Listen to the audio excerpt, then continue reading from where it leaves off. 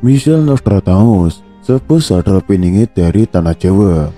Michel Nostradamus yaitu salah satu tokoh terkenal dengan ramalan-ramalannya yang dianggap tepat dan akurat. Nostradamus adalah seorang warga Prancis, keturunan Yahudi, menurut ramalan Michel Nostradamus yang ditulis oleh Hewitt dan Peter Lorre dalam buku The End of the Millennium Prophecies 1992 sampai 2001. Pada ramalan Nostradamus tahun 2023 disebutkan secara lebih khusus mengenai munculnya seorang pemimpin yang akan merubah dunia. Tafsir ramalan Nostradamus mengarah pada seseorang pemimpin penyelamat dunia berasal dari Indonesia. Di antara tafsiran tersebut yaitu terletak di pertemuan tiga buah laut, muncul dari negeri yang terletak di pertemuan tiga buah laut, yang berarti kemunculannya dari pertemuan tiga buah laut. Sebelah utara Pulau Sulawesi adalah Laut Sulawesi, di sebelah selatannya adalah Laut Flores, dan di sebelah timurnya adalah Laut Maluku. Berarti laki-laki yang dimaksud berada di Indonesia bagian timur, tepatnya di Sulawesi. Disebutkan dirinya akan menyembunyikan diri sambil menanti waktu terbitnya perang, menggembarkan timur dan barat. Kemunculannya menggembarkan timur dan barat, maksudnya kemunculannya akan menggembarkan seluruh dunia beserta seluruh isinya.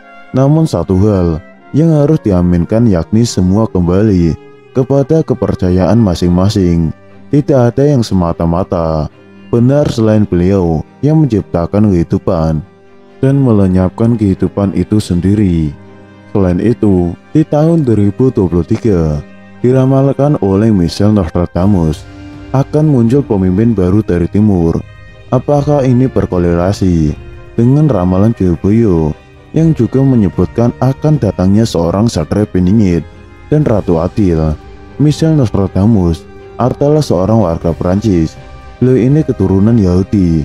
Ia salah satu tokoh terkenal dengan ramalan-ramalannya yang dianggap tepat dan akurat. Menurut ramalan Michel Nostradamus yang ditulis oleh Hewitt dan Peter Lorre dalam buku The End of the Millennium Prophecy 1992 menuju ke 2001, Nostradamus itu meramalkan pada tahun 2023 disebutkan secara lebih khusus mengenai munculnya seorang pemimpin yang akan merubah dunia.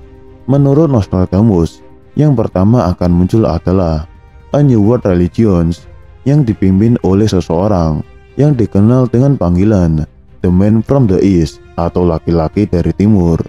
Lalu dia akan muncul dari negeri yang terletak di pertemuan tiga buah laut. Kemunculannya menggambarkan timur dan barat. Ketika muncul, ia akan memakai sorban biru atau blue turban. Lalu dia akan merayakan hari Kamis sebagai hari istimewa bagi dirinya. Mengenai ramalan Nostradamus yang pertama, New World Religion atau agama baru di dunia, yang diramalkan adalah munculnya agama baru penguasa dunia yang tidak pernah dikenal dan diperkirakan oleh umat manusia di seluruh dunia. Mungkin agama itu adalah agama Trisolo hidup, yakni agama yang hanya berisi 3 perintah dan 3 larangan. Mengenai 3 perintah itu adalah manusia harus melakukan perbuatan yang benar, lurus, dan jujur. Dan ketika larangan itu, manusia tidak boleh melakukan perbuatan yang merugikan orang lain, tidak boleh mencuri, dan berbuat kejahatan. Tafsir selanjutnya mengenai The Man from the East atau laki-laki dari timur, itulah julukan yang diberikan kepada pemimpin agama baru ini. Dikatakan dia akan menghapus seluruh agama-agama dan akan mendirikan agama baru yang akan dianut semua makhluk di jagat raya. Mungkin dialah sosok satria peningit yang akan menjadikan dunia ini damai dengan apapun yang ada di dalamnya. Lalu tafsir yang ketiga, muncul dari negeri yang terletak di pertemuan tiga buah laut, yang berarti kemunculannya itu dari pertemuan tiga buah laut. Diperkirakan ia akan muncul di Pulau Sulawesi karena merujuk ketiga pertemuan laut. Sebelah utara Pulau Sulawesi itu adalah Laut Sulawesi, di sebelah selatannya adalah Laut Flores, dan di sebelah timurnya adalah Laut Maluku. Berarti laki-laki yang dimaksud berada di Indonesia bagian timur, tepatnya di Sulawesi. Mungkin ia menyembunyikan diri sambil menanti waktunya untuk terbit. Hal ini barulah prediksi semata. Kemunculannya itu menggambarkan timur dan barat. Maksudnya, kemunculannya akan menggambarkan seluruh dunia beserta seluruh isinya. Tafsir yang selanjutnya, ketika muncul, dia memakai sorban biru.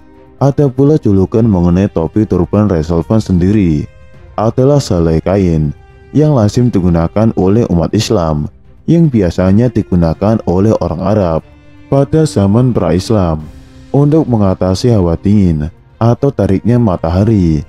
Lalu tafsir berikutnya, ia merayakan hari Kamis sebagai hari istimewanya, mungkin karena hari lain adalah hari istimewa untuk agama lainnya.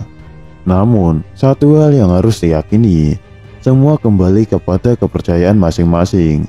Tidak ada yang benar selain Tuhan yang Maha Kuasa, yang menciptakan kehidupan dan menyiapkan kehidupan itu sendiri.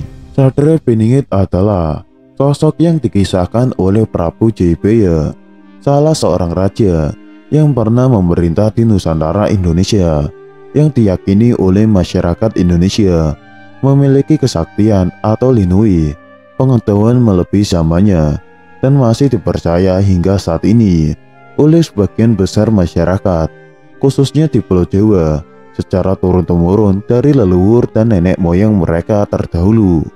Dikatakan bahwa Satria Piningit sebagai putra Batara Indra berparas seperti Kresna, berwatak seperti Baladewa, dan bersenjatakan Trisula Weda.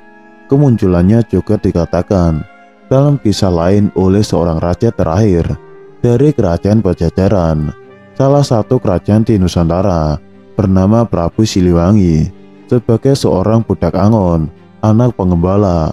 Kedatangan Satria Piningit sebagai bocah Angon yang akan mengembalakan daun kering dan ranting banyak dimultitafsirkan oleh beberapa kalangan masyarakat sebagai upaya Satria Piningit dalam mengumpulkan persoalan-persoalan dan solusi untuk mendirikan Ratu Adil.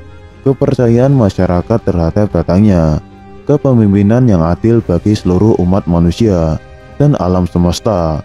Dikisahkan juga bangunnya Ratu Adil adalah untuk merestorasi sistem kepemimpinan yang semena-mena sebelumnya, serta membawa bangsa dan negara kepada zaman baru.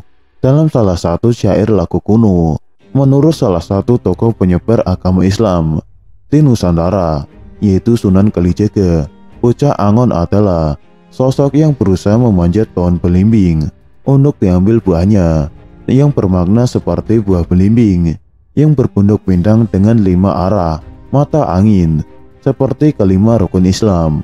Ada yang berpendapat bintang tersebut dimaknai sebagai Nabi umat Islam Muhammad. Ada banyak pandangan di kalangan masyarakat tentang apa yang digembalakan oleh bocah Angon. Pendapat yang memiliki referensi akurat melalui ketiga tokoh di atas.